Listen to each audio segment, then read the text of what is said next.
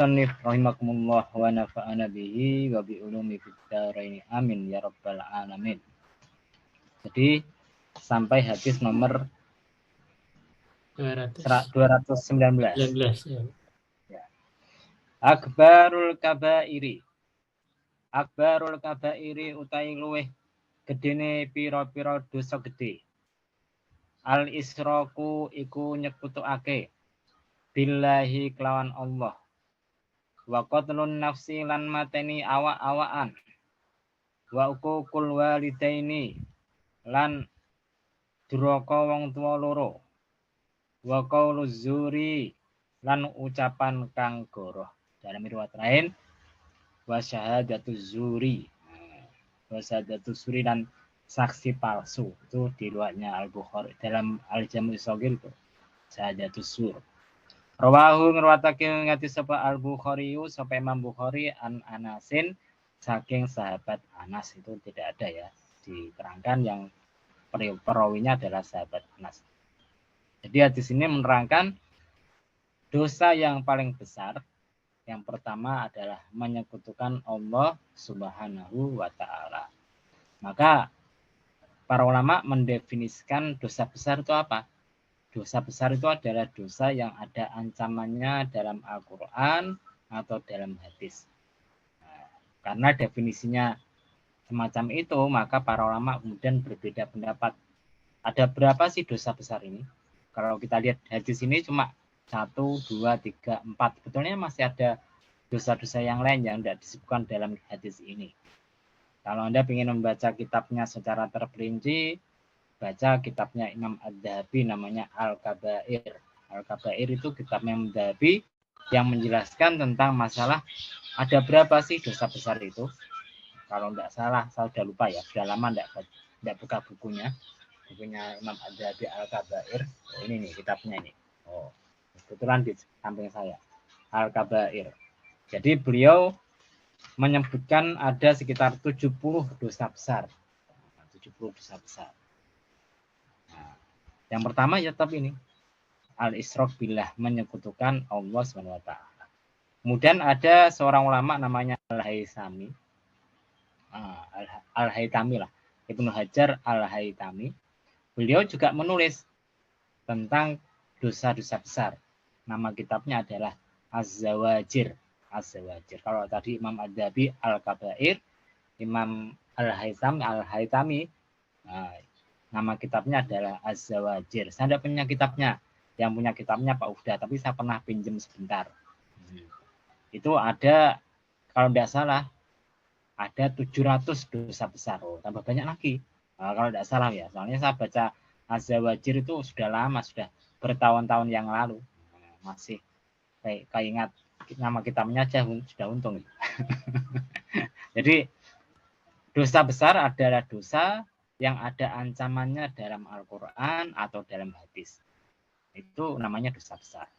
Karena definisinya itu masih masih umum semacam itu, akibatnya para ulama berbeda pendapat menghitung berapa sih dosa besar itu. Ada yang membatasi 7 saja. Ada. Jadi kalau Anda baca di muqaddimahnya Al-Kabairnya Imam Adz-Dzahabi, beliau menjelaskan ada yang pendapat cuma 7 saja. Ada yang sangat berlebihan semacam Al-Haytami yang sampai 700 dosa besar. Karena memang sesuai definisinya tadi, ada ancamannya Al-Quran dan hadis. Sehingga beliau teliti satu persatu. Kemudian yang tengah-tengah ya Imam Adz-Dzahabi tadi. Ya cuma 70-an lah dosa besar itu. Yang pertama adalah menyekutukan Allah Subhanahu wa ta'ala. Kemudian kalau kita melihat zaman sekarang ini, banyak orang yang memanfaatkan hadis ini untuk menyalahkan golongan yang tidak sepaham dengan dia. Oh, kamu musyrik, kamu menyekutukan Allah, bahkan bahasanya kadang-kadang kasar, penyembah kubur. Ya toh, orang NU itu kalau sama orang-orang yang tidak cocok itu dianggap penyembah kubur karena senang ziarah, senang pergi ke makom-makom, maka dijuluki penyembah kubur. Wah, itu kan berlebihan, ya toh, berlebihan. Jadi sebetulnya kalau Anda membaca di kitab Al-Kabair dan banyak karangan para ulama-ulama yang lain, mereka membagi menyekutukan Allah itu ada 2 macam. Asyirkul akbar dan asyirkul asghar. Syirik yang besar dan syirik yang kecil. Syirik yang besar itu tidak diampuni sama Allah Subhanahu wa taala. Apa itu? Menjadikan Tuhan selain Allah Subhanahu wa taala. Jadi menganggap ada Tuhan lain sama Allah. Itu namanya syirik besar. Anda kalau misalkan saja, misalkan nih orang awam dia pergi ke kuburan, entah itu wali atau siapa, kemudian dia meyakini bahasanya kalau dia ke situ doanya pasti dikabulkan sama si wali.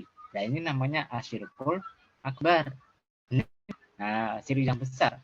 Tapi kalau kita datang ke kuburan, kemudian kita ziarah kubur, kemudian berdoa kepada Allah, tawasul dengan orang yang soleh yang sudah meninggal tadi, itu boleh, bahkan diajarkan sama Rasulullah. Gitu loh. Ada kitabnya, kitabnya yang menerangkan masalah itu, judulnya adalah Al-Ajudah Al-Gholiyah. Jadi jawaban-jawaban yang mahal sekali, salah satunya menjelaskan masalah penyembah kubur, menjelaskan masalah kebolehan ke kuburan orang soleh, kemudian tawasul dengan orang yang meninggal tadi. Kita tawasul itu karena kedudukan derajat orang itu tadi, bukan tawasul orangnya, tawasul dengan derajat atau kedudukannya. Maka kita kembali lagi, syirik akbar itu tidak diampuni sama Allah Subhanahu wa taala. Kemudian ada syirik yang kedua, syirik yang kecil, syirik asghar. Nah ini syirik yang sulit dihindari, bahkan sama orang alim pun kadang-kadang tidak bisa menghindari. Apa contohnya? Misalkan Anda minum obat pusing, watuk, kemudian minum obat, ditanya, oh kamu kok sembuh? Wah, ini tidak bisa minum obat ini loh. Nah ini kalau kita meyakini bahwasanya kita sembuhnya gara-gara obat tadi, ya itu namanya asyirkul asghar. Secara iktikad, secara keyakinan kita masih percaya Allah Subhanahu wa taala. Tapi di sini kita menganggap bahwasanya kesembuhan kita itu gara-gara obat tadi. Nah, itu namanya asyirkul asghar. Nah, syirik yang kecil itu kadang-kadang lebih gelap daripada semut hitam kecil berjalan di atas batu hitam di tengah malam gelap gulita. Itu namanya syirkul asghar. Nah, syirik yang kecil. Contoh yang gampang semacam ini. Pada waktu dulu lagi rame-ramenya cincin akik. Nah, kemudian ada namanya kecubung. Lah kecubung ini nanti bisa narik cewek loh ya. Kalau kamu pakai ini bisa narik cewek ke kamu. Lah kalau kita yakin gara-gara ada batu kecubung itu bisa menarik cewek, nah itu namanya asyirkul asghar. Paham ya? Syirik yang kecil. Memang kadang-kadang kita itu ngomongnya tidak dijaga sehingga seakan-akan memberikan kita syirik kepada Allah SWT. Contohnya, ayo kita ke makamnya Mbah Khalil, dungo, ben rezekinya lancar dan lain sebagainya. Lah, maka orang-orang yang tidak paham itu menganggap kita datang ke makamnya Kiai Khalil, kemudian minta pada Mbah Khalil, itu yang tidak paham. Kemudian dijelaskan oleh para ulama Ahlus Sunnah wal Jamaah yang menjelaskan, kamu kalau ngomong semacam itu berarti tidak tahu. Tanyalah sama orang-orang yang ziarah kubur. Siapa yang mengabulkan doanya? Mesti mereka menjawab Allah Subhanahu wa taala. Tapi kenapa kok ayo kita ke makam itu, doanya dikabulkan sama Allah, supaya doa kita dikabulkan? Nah, itu sebetulnya tawasul, cuma tidak disebutkan. Jadi kita harus husnudzon kepada orang-orang yang ziarah kubur, kecuali kalau memang perkataannya betul-betul ada unsur kemusyrikan, nah itu yang tidak boleh kita ikuti. Nah, kita kembali lagi. Jadi syirik ada dua macam, asghar dan akbar. Yang akbar tidak akan diampuni sama Allah. Yang asghar, yang sogir, yang kecil, itu masih ada kemungkinan, bahkan kemungkinan besar diampuni sama Allah Subhanahu wa taala. Lebih jelasnya baca kitabnya Al-Kabairnya Madzhabi. Setahu saya kelihatan sudah diterjemahkan ke dalam bahasa Indonesia. Cuma kita harus hati-hati ya. Kadang-kadang orang menerjemahkan tuh kalau tidak cocok dengan pikirannya, pendapatnya, kalau orangnya tidak amanah, tidak bisa dipercaya, itu nanti dipotongi. Kok bisa semacam itu? Contoh semacam ini. Ada banyak kitab-kitabnya orang Ahlussunnah wal Jamaah yang diotak-atik sama orang-orang Salafi Wahabi. Contohnya apa namanya? Kitabnya Ibnu Qudamah Al-Maqdisi. Beliau punya kitab yang bagus. Ketika menjelaskan masalah bab haji, Ibnu Qudamah Al-Maqdisi itu orang madhab Imam Ahmad bin Hambal, madhab Hambali. Jadi ini salah satu yang dipakai oleh orang-orang Salafi. Kenapa? Karena kitabnya itu menjelaskan Al-Mughni, kitabnya namanya Al-Mughni. Ini menjelaskan fikih tapi sudah lintas madhab. Maka dalam bab haji, maka ada bab tentang ziarah Nabi. Ziarah Nabi. Tapi orang-orang Salafi Wahabi, bab ziarah Nabi itu dirubah. Bukan ziarah Nabi, tapi ziarah Masjid Nabi. Nah, ini kan berarti sudah merubah kitab. Merubah kitab. Nah, contoh lagi dalam tafsir As-Sawi, ada di jilid berapa itu ketika menjelaskan tentang orang-orang yang apa namanya keras. Nah, itu ternyata beliau menjelaskan tentang masalah itu yang dimaksud adalah orang-orang Salafi Wahabi. Tapi ketika sudah diterbitkan oleh orang-orang Salafi Wahabi, keterangan tentang masalah itu dihapus sama mereka karena tidak cocok dengan pendapat mereka. Jadi ini yang berpendapat itu bukan cuma saya. Nah, Anda lihat di internet kitab-kitab ulama Ahlussunnah dirubah oleh orang Salafi Wahabi. Bahkan Kiai Mahfur sendiri pun mengakui memang ada perubahan-perubahan. Contoh yang kentara sekali itu contohnya tadi Al-Mughni Ibnu Qudamah, kemudian Riyadhus Shalihinnya Imam Nawawi.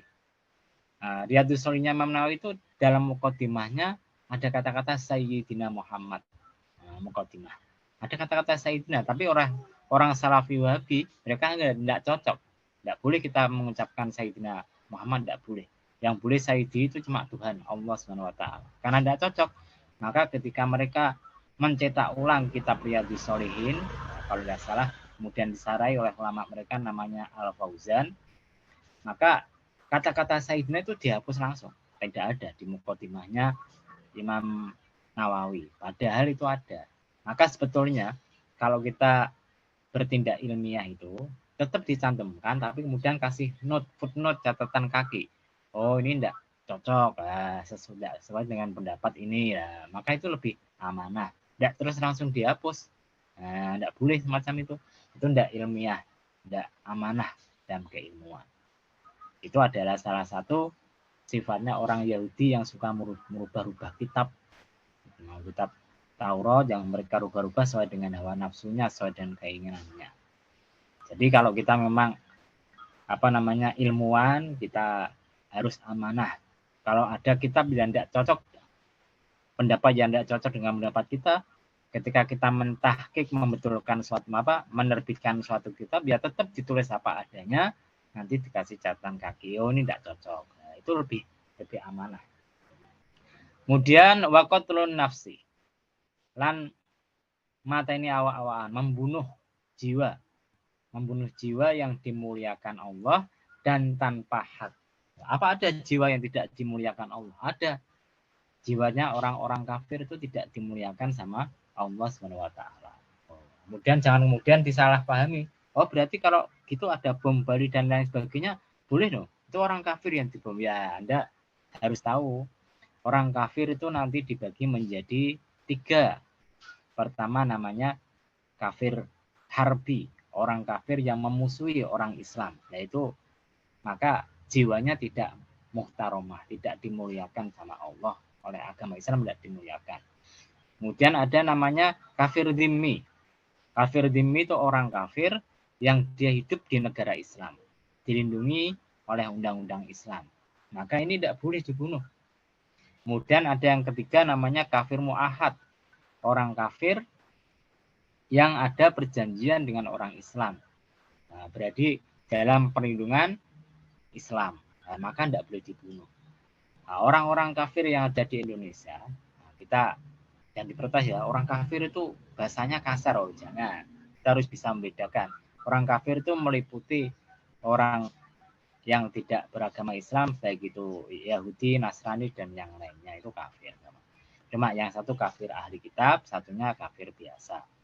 Maka orang-orang kafir yang ada di Indonesia itu kan mengadakan perjanjian dengan negara.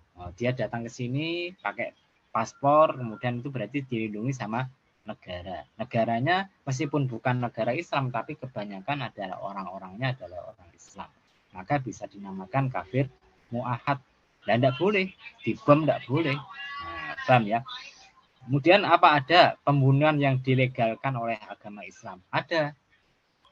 Pertama, kisos. Apabila ada orang membunuh orang lain dengan sengaja, maka boleh kisos. Nah, boleh dibalas dengan pembunuhan, berarti pembunuhan dengan hak. Atau orang yang berzina. Nah, orang yang berzina, kemudian zinanya mukson, sudah punya suami atau istri, maka boleh dirajam. Ini pembunuhan dengan hak. Nah, paham ya? Atau orang yang murtad, keluar dari agama Islam, ikut mayoritas ulama, itu kalau sudah lewat dari beberapa waktu sholat jamak itu, maka sudah jiwanya tidak muhtaromat lagi, tidak dimuliakan lagi. Nah, kalau ikut pendapatnya Imam Abu Hanifah, kalau tidak salah, tidak boleh dibunuh. Nah, ya cukup dipenjara sampai taubat gitu aja. Ini kalau di negara Islam semacam itu. Kemudian yang berikutnya wa uququl walidaini. Nah, kemudian durhaka kepada kedua orang tua. Entah itu salah satunya pun sama saja.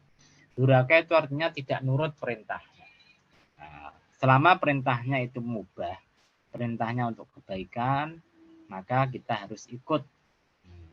Kalau perintahnya berbeda, bertentangan dengan syariat, dia tidak boleh ikut. Nah, jadi timbangannya adalah syariat. Nah, jadi kalau ada perintah orang tua, dilihat dulu hukum agamanya. Boleh enggak?